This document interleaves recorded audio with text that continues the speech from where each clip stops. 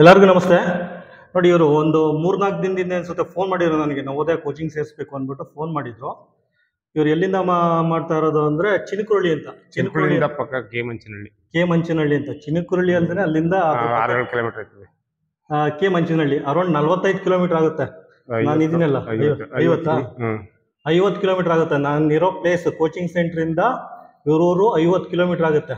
ಇಲ್ಲಿಗೆ ಬರೋಕ್ಕೆ ಮಿನಿಮಮ್ 1.5 ಗಂಟೆ ಆಗುತ್ತೆ. ಬರೋಕೆ 1.5 ಗಂಟೆ, ಹೋಗೋಕೆ 1.5 ಗಂಟೆ, ಇಷ್ಟು ಟೈಮ್ ತೊಗೊಳ್ತಾ ಇದೆ. ಆಯ್ತಾ? 4-5 ದಿನದಿಂದ ಫೋನ್ ಮಾಡಿದ್ರು. ಒಂದು 3 ಸಲ ಫೋನ್ ಮಾಡಿ ಕೇಳಿದ್ರು ಕೋಚಿಂಗ್ ಸೆಂಟರ್ ಸೇರಿಸ್ಬೇಕು ನವೋದಯ ಕೋಚಿಂಗ್ಗೆ ನನ್ನ ಮಗಳನ್ನ ಅಂತ. ನಾನು ಹೇಳಿದೆ ಬನ್ನಿ, ಮಗಳು ಕರ್ಕೊಂಡು ಬನ್ನಿ ಮಾತಾಡೋಣ ಅಂತ ಹೇಳಿದೆ. ಇವತ್ತು ಬಂದಿದ್ದಾರೆ. ಇವತ್ತು ಟೈಮ್ ಮಾಡ್ಕೊಂಡು ಬಂದಿದ್ದಾರೆ. 1.5 ಗಂಟೆ ಟ್ರಾವೆಲ್ ಮಾಡ್ಕೊಂಡು ಬಂದಿದ್ದಾರೆ. ಇವರಿಗೆ ಮೆಂಟಲ್ ಎಬಿಲಿಟಿ ಎಕ್ಸ್ಪ್ಲೈನ್ ಮಾಡಿದ್ದೀನಿ ಅಂತ, ಯಾವ ರೀತಿ ಮಾಡಬೇಕು ಅಂತ. ಒಂದು 20 ಕ್ವಶನ್, ಮೆಂಟಲ್ ಎಬಿಲಿಟಿ 40 ಕ್ವಶನ್ ಇದೆ. 20 ಕ್ವಶನ್ ಒಂದು ಸ್ವಲ್ಪ ಲೈಟಾಗಿ ಟ್ರೈನಿಂಗ್ ಕೊಟ್ಟಿದ್ದೀನಿ.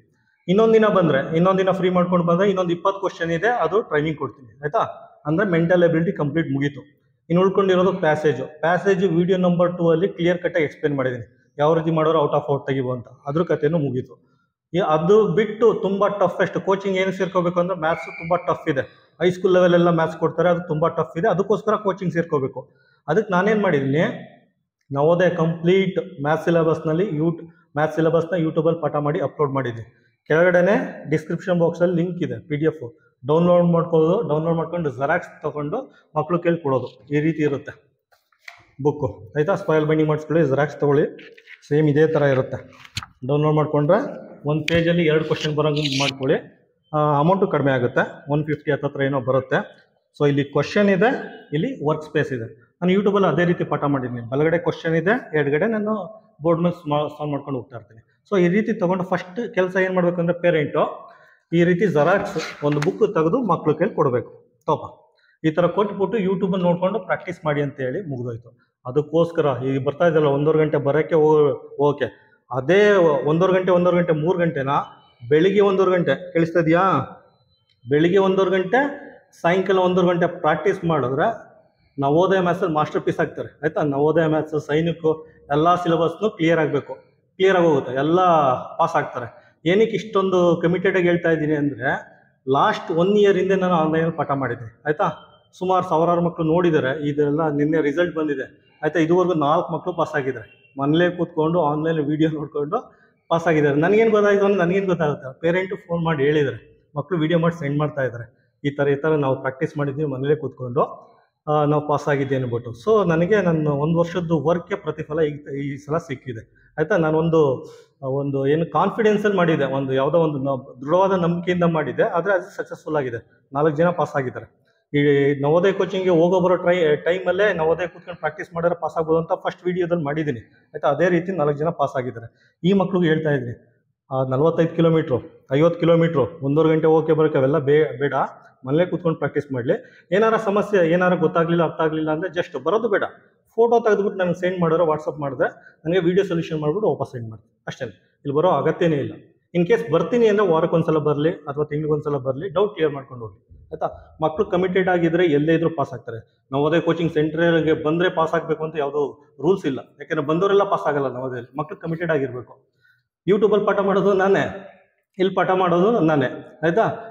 ಇಲ್ಲಿ ನವೋದಯ ಕೋಚಿಂಗ್ ಸೆಂಟ್ರಿಗೆ ಬಂದರೆ ರಾಮಾನುಜ ಮತ್ತು ಆರ್ಯಭಟ್ ಅವರೇನು ಪಾಠ ಮಾಡೋರು, ಇಲ್ಲೂ ನಾನೇ ಪಾಠ ಮಾಡೋದು. ಯೂಟ್ಯೂಬಲ್ಲಾದ್ರೆ ಒಂದು 30 ಸೆಕೆಂಡ್ ಹಿಂದೆ ಹೋಗಿ ನೋಡ್ಕೊಂಡೆಲ್ಲ ನೀಟಾಗಿ ಪ್ರಾಕ್ಟೀಸ್ ಮಾಡ್ಬೋದು.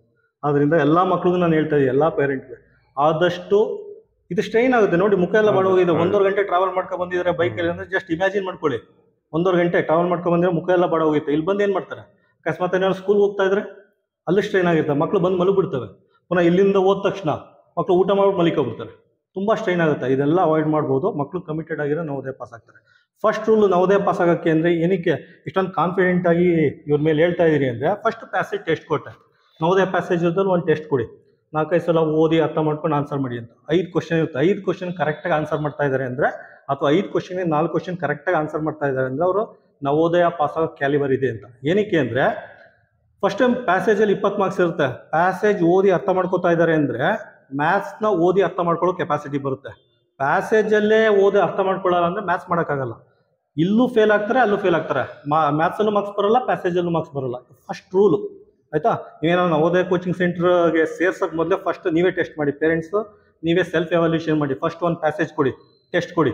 ಆಯ್ತಾ. ಅವ್ರೇನಾರ 4 ಅಥವಾ 5 ತೆಗೆದ್ರೆ ಮಾತ್ರ ಕೋಚಿಂಗ್ ಕಳಿಸಿ, ಅಥವಾ ಆನ್ಲೈನ್ ಕೋಚಿಂಗ್ ತೊಗೊಳ್ಳಿ. ಆನ್ಲೈನ್ ಕೋಚಿಂಗ್ ತೊಗೊಂಡು ಮನೇಲೆ ಪ್ರಾಕ್ಟೀಸ್ ಮಾಡಲಿ. ಇಲ್ಲ ಅಂದರೆ ಅವರು 5 ಕ್ವಶನ್ಗೆ 2 ಅಥವಾ 3 ತೆಗಿತಾರೆ ಅಂದರೆ 100% ಪಾಸ್ ಆಗಲ್ಲ ಮಕ್ಕಳು. ಯಾಕೆ ಲ್ಯಾಂಗ್ವೇಜೇ ಅರ್ಥ ಆಗಲಿಲ್ಲ ಅಂದರೆ ಇದರಲ್ಲೂ ಮಾರ್ಕ್ಸ್ ಬರೋಲ್ಲ. ಇದರಲ್ಲಿ ಒಂದು 4-5 ಮಾರ್ಕ್ಸ್ ಬಂತು ಅಂದರೆ 4-5 ಮಾರ್ಕ್ಸ್ ಹೋಗಿತ್ತು ಅಂದರೆ ಇದರಲ್ಲಿ 5 ಮಾರ್ಕ್ಸ್ ಹೋಯ್ತು, 5ರಿಂದ 10 ಮಾರ್ಕ್ಸ್ ಹೊರಟೋಯ್ತು. ಮ್ಯಾಥ್ಸ್ ಕಂಪ್ಲೀಟ್ ಹೊರಟೋಗುತ್ತೆ 10-15 ಮಾರ್ಕ್ಸ್. ಅದರಲ್ಲಿ ಇದರಲ್ಲಿ 10 ಅದರಲ್ಲಿ 20 ಅಂದರೆ ಇದರಲ್ಲಿ 10 ಅದರಲ್ಲಿ 10 ಅಂದರೆ ಟೋಟಲಾಗಿ 20 ಮಾರ್ಕ್ಸ್ ಹೊರಟೋಯ್ತು. 80 ಕ್ವಶನ್ಗೆ 60 ಕ್ವಶನ್ನೇ ಆನ್ಸರ್ ಮಾಡೋಕ್ಕಾಗೋದು. ಪುನಃ ಮೆಂಟಲ್ ಎಬಿಲಿಟಿ ಒಂದು 4-5 ತಪ್ಪಾಗುತ್ತೆ. ಸೊ 55 ಎಲ್ಲ ಮಕ್ಕಳು ಇದೇ ಕತೆ. ಕೋಚಿಂಗ್ ಸೆಂಟ್ರಿಗೆ ಹೋಗೋ ಮಕ್ಕಳದೆಲ್ಲ ಇದೆ.